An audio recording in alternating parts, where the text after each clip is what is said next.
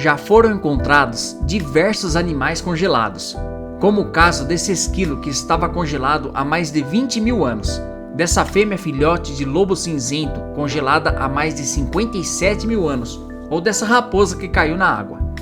Não é um caso isolado, diversos animais da Era do Gelo foram encontrados congelados e conservados. No vídeo de hoje, você vai se surpreender com o estado de conservação de animais pré-históricos. Se você curte esse tipo de conteúdo, já deixa o like e se inscreva no canal, pois aqui eu trago muitas curiosidades. Em 2007, no norte da Sibéria, uma família de pastores nômades encontrou algo estranho à beira de um rio congelado. Era pequeno, acinzentado, peludo. Um liuba, um filhote de mamute lanoso com cerca de 40 mil anos de idade. E não era qualquer fóssil. Era o mamute bebê mais preservado da história, com todos os tecidos praticamente intactos: pele, orelhas, olhos, língua, órgãos internos, tudo ali.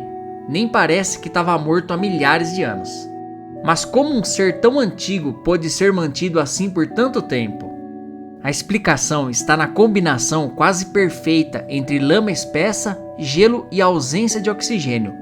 Liuba provavelmente se afogou e foi rapidamente envolvida por sedimentos gelados, o que selou seu corpo. Os cientistas fizeram exames de ressonância magnética, tomografia e análise de DNA e descobriram que seu leite materno ainda estava presente no estômago. Seu DNA está tão bem preservado que já foi usado em projetos de reconstrução genética, levantando a pergunta inevitável: seria possível trazer os mamutes de volta? Eu já falei aqui no canal de animais que a ciência está tentando trazer de volta à vida. Se não assistiu, te convido a assistir. Vou deixar aqui nos cards, mas fique nesse vídeo até o final, porque agora vou falar de 2 filhotes de leão que foram encontrados congelados dentro de uma caverna.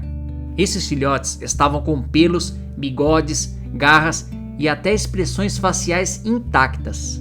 Em 2015, na Sibéria, os cientistas encontraram o Jan e Dina, 2 leões das cavernas que viveram cerca de 30 mil anos atrás.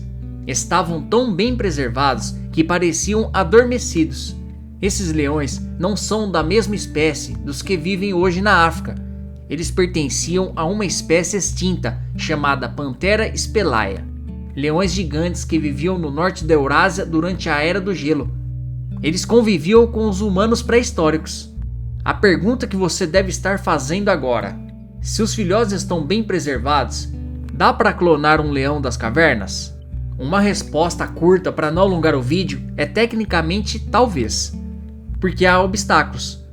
Clonar, além do DNA ter que ser viável, precisa de um óvulo compatível e uma mãe de espécie próxima para gerar o embrião. No caso dos leões das cavernas, os cientistas estudam leoas modernas como possíveis mães de aluguel, mas ainda estão longe de uma tentativa. De qualquer forma, isso representa muito para a ciência, né? Pelo menos podemos estudar a pelagem adaptada ao frio, a estrutura muscular, os dentes, os órgãos internos. O DNA desses leões já está sendo sequenciado, ajudando a montar o quebra-cabeça da evolução dos grandes felinos. Agora vou falar do rinoceronte lanoso. Em 2014, caçadores de marfim no leste da Sibéria encontraram algo preso no permafrost. O corpo quase completo de um rinoceronte pré-histórico, com pelos marrons ainda visíveis. Essa espécie extinta há mais de 10 mil anos era como um rinoceronte moderno, mas adaptado para o frio. Tinha pelagem espessa, grandes patas resistentes e um focinho especializado para escavar neve em busca de vegetação. E não foi um caso isolado. Em 2020, um novo filhote de rinoceronte lanoso, batizado de Sasha, foi descoberto no gelo, com músculos, órgãos e até gordura corporal preservados. Acredita-se que tenha morrido afogado, exatamente como o bebê mamute liuba, que já citei no começo desse vídeo. Lá em Yakutia, sim, lá naquele lugar mais frio do mundo habitável, outro animal foi encontrado, o cavalo de Yakutia. Um ancestral direto dos cavalos modernos que viveu entre 30 mil e 40 mil anos atrás. O potro encontrado, com cerca de 2 semanas de vida, foi achado em 2018 em uma cratera conhecida como a Porta do Inferno, uma área de derretimento acelerado do permafrost na Sibéria. O potro estava em um estado tão surreal de conservação que os cientistas extraíram sangue líquido de suas veias, algo que não se acreditava possível após tantos milênios. Em 2016, mineiros de ouro do Yukon, Canadá, encontraram um filhote de lobo congelado em estado quase perfeito. Apelidado de Zur, o animal tinha pelos, dentes, garras e até os olhos intactos. Ele tinha cerca de 7 semanas de vida quando morreu, há aproximadamente 57 mil anos. Esse é o filhote de lobo mais bem preservado da pré-história já encontrado.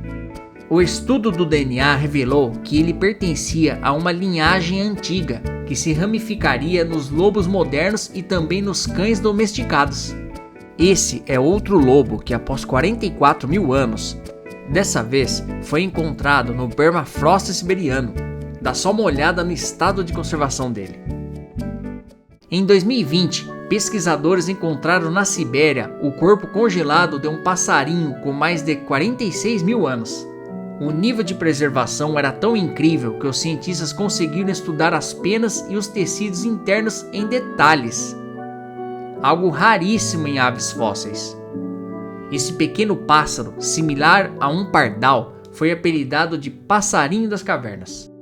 Ainda em 2020, pastores nas ilhas Lyakovsky, na Rússia, encontraram o corpo completo de um urso das cavernas. Ele estava praticamente intacto, com músculos, nariz, dentes, articulações e até os tecidos moles internos preservados. Esse urso viveu entre 22 mil e 39 mil anos atrás e era uma das maiores espécies de ursos que já existiram, podendo chegar a 3 metros de altura em pé. Era um herbívoro bem grande. Além dos famosos mamutes lanosos que já citei, também foram encontrados outros tipos de mamutes congelados, como os das espécies columbianos, que habitavam a América do Norte, e os chamados mamutes anões, que viviam em ilhas e evoluíram para versões menores. Embora mais fragmentados, restos bem preservados desses mamutes revelam curiosidades genéticas e até misturas entre espécies diferentes, o que pode ser uma chave para projetos de ressurreição controlada. Embora nenhum tigre dente de sabre tenha sido encontrado congelado até hoje, há registros de dentes, ossos e vestígios preservados no gelo. Mas aqui vai um dado interessante.